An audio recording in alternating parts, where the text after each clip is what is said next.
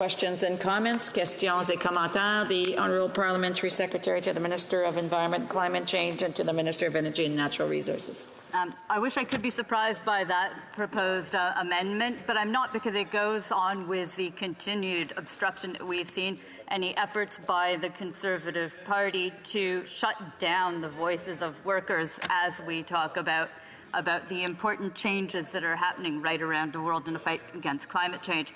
But when I would really like to ask the member opposite, because I've heard her in several instances refer to a globalist agenda or a globalist pot. And as a Jewish Canadian, I know that that's a dog whistle. It's an anti-Semitic dog whistle to people questioning the loyalty of Jewish people to Canada.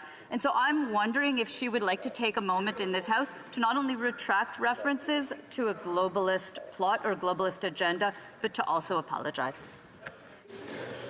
Order. I'm not sure if it's heckling or if people are trying to answer. I just want to remind members that unless they're being recognized, and I know that the Honourable Member for Lakeland can certainly respond effectively to the questions that are being asked. And I also want to remind members to try to keep their comments and questions and debates to what is before the House. The Honourable Member for Lakeland.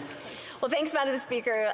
Globalism is, of course, a political theory that believes in policies being designed by global organizations and then being imposed on sovereign countries through global agreements. That's what globalism is. It's where the concept of the just transition comes from. It's been developed at exactly those kinds of meetings over the course of decades. And instead of putting Canadian jobs and the Canadian economy, Canadian security, Canadian sovereignty, Canadian energy independence, and ensuring that Canada can be the world's topmost supplier of our energy products and technology. What the Liberals are doing through the Bill C-50 Just Transition is imposing that concept that comes from globalism, from this globalism theory and thinking.